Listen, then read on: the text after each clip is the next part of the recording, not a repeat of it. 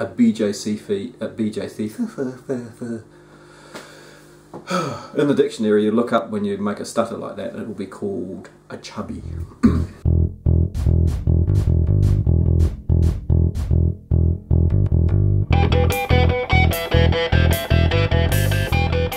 Happy homebrew Wednesday, everybody. It's another week gone. Far out.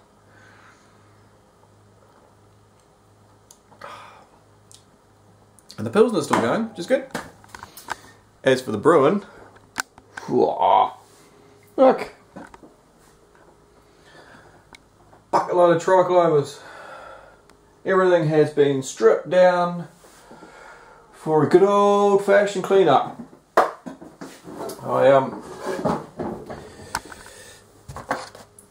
One of my elements went in my HLT, so this is, yeah, it's full of water. So I had to put a new element on, and I filled it up with water just to test it and make sure that there's no leaks. And there's no leaks, which is all good. But anyway, soon I had to pull everything apart. Well, I didn't have to pull everything apart. I started getting carried away. Some of you would have seen on Facebook everything soaking in the sink. But yeah, I've stripped everything down. Everything's had a decent soak in PBW for a good 3 days or so. Even took sight glass off over here because I want to change some of the fittings that are on there. Yeah, so generally just tinkering around a little bit and having a little play and changing some bits and stuff like that. I have a whole bunch of fittings for my parallel counterflow chiller that are slowly spinning up. So of course these are 1/2 inch NTP. It should run in there. That was a bit rough. Just run it there. Pipe should go into there like so. Fits. Yeah.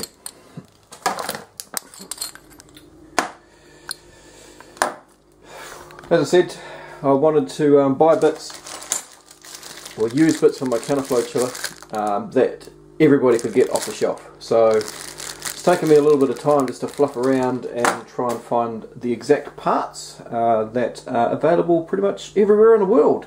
Isn't that nice, eh? Metric and Imperial. Ha ha! Right. So what's been going on? Oh, get my foot out of bottles there that all need to be washed. 2 fish boxes full of bottles. Other ones full of bottles as well. Yeah. So much to do, so little time. Alrighty, I got a little black IPA here by Brew Tube Tech. Matt down in Nelson. Lovely place, Nelson. Much better than Wellington. It's friggin' raining here. It's meant to be summer. For a bottle opener on my finger. Oh. Sizzle, sizzle. Glass ready to go. This is bottle conditioned, so I best pour slowly.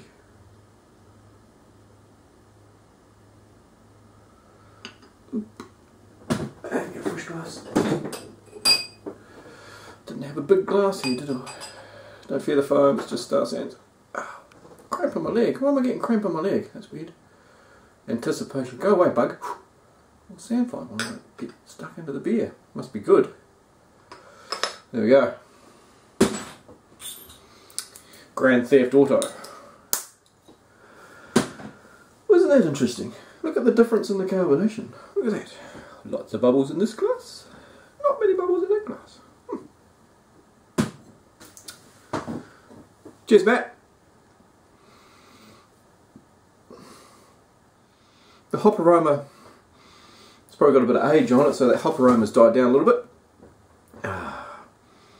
I'd say there's some Cascade and Centennial in there possibly.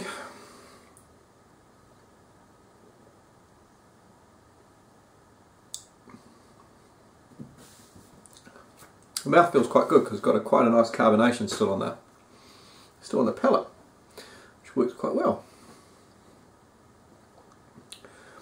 But it's a little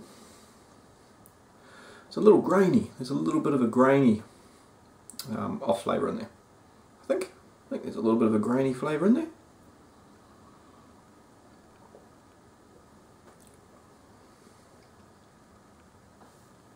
which doesn't make the beer taste bad at all. It sort of takes it a little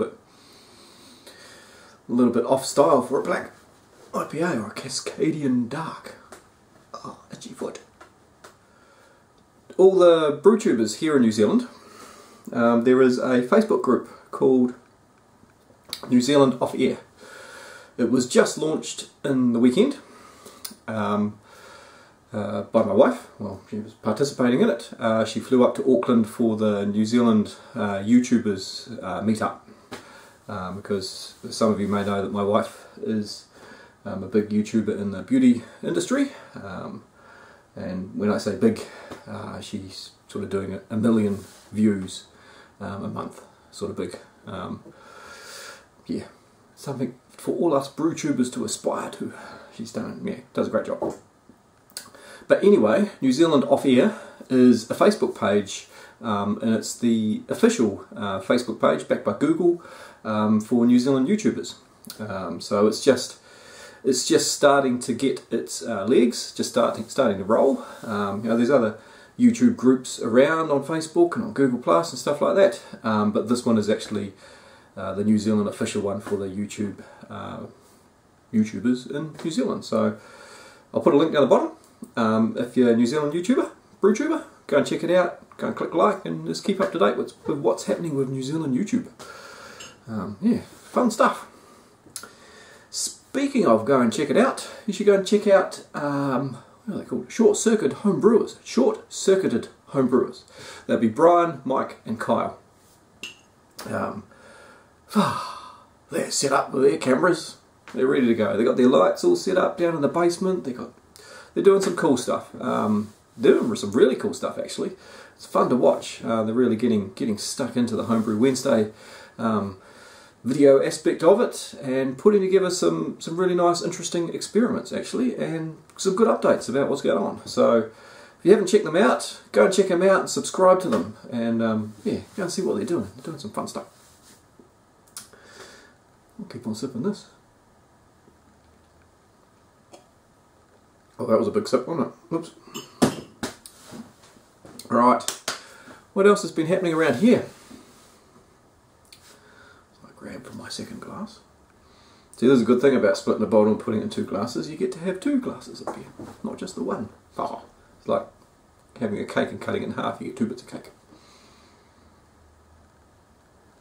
Oh, look at these.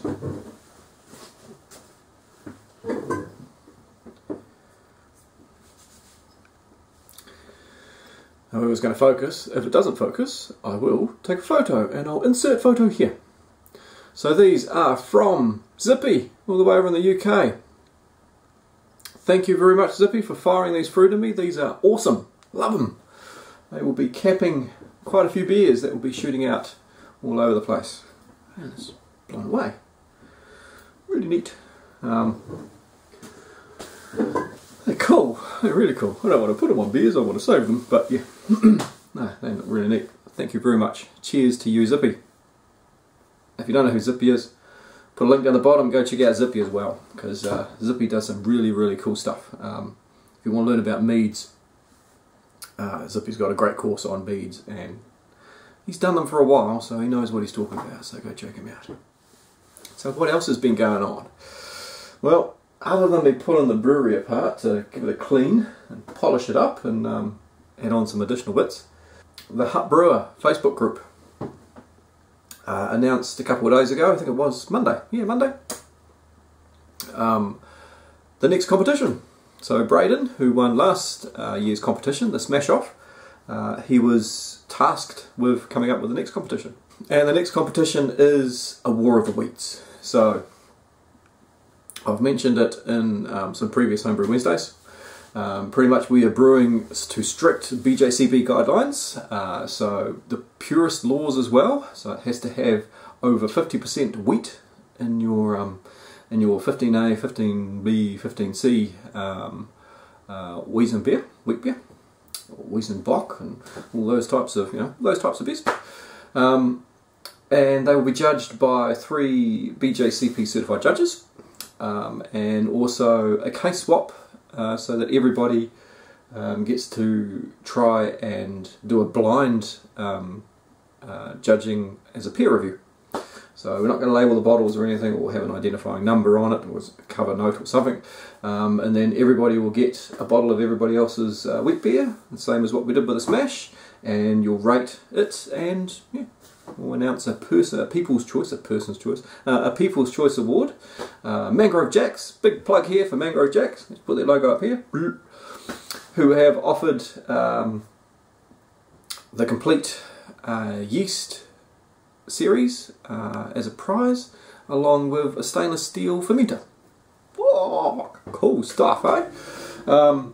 So yeah, we're going to have, that's the fridge just starting up if you can hear a hum in the background. We have a People's Choice Awards and then the BJCP Award as well. So I will be doing 2 beers. Haha! I'll be doing a Weissbier and a Weizenbock. Then the best one will go in. The only other caveat that there is on the competition is that we have to use Mangrove Jack M20 yeast, which is the Bavarian yeast, which is cool. You know, that's good. It puts everybody on an even playing field in regards to yeast, and so we can really look at what your brewing process and stuff like that is. So yeah, I'm keen to crack into that one. When, I think Monday, when it was released, there's 24 spots for brewers, and I think by the end of Monday there were 19 spots taken up, so there's only 5 spots left. So there's some interest in it, and it's, you know, it's probably all full now. I haven't checked back, but yeah, looking forward to that one. Cheers, Matt. This is a great beer. The aroma is starting to die down a little bit on it, which is expected. You know, IPAs don't hold their aroma forever, but there's a great taste to it. I did mention earlier that it was a little bit grainy. It had a little bit of a grainy taste to it, but it's fine. It doesn't make the beer any better, any worse. It's, you know, totally acceptable in the beer. It tastes great. I'm going to have to get my finger pulled out and get some beers down to you. Dr. Pills, I better bottle it before I empty the keg. And I have my New Zealand Pale Ale that's currently dry hopping in the fridge. I'm going to call it the Mongrel Ale, because it has all of my 2013 hops that were left over. Yeah, there's about 9 hops now, including the dry hopping. Doesn't taste bad, but yeah, interesting. I'm just doing a Kevin Clements and just cleaning out all my hops and putting them all in one beer. See what happens. For shits and giggles. But yeah, we'll see how that beer comes out. But anyway, yeah, definitely I'll get some beers capped up with my spunky new caps from Zippy, and fire down to you so that you can give them a try. What else has been going on here? Not a lot. That's about it. So, have yourself another one. Cheers.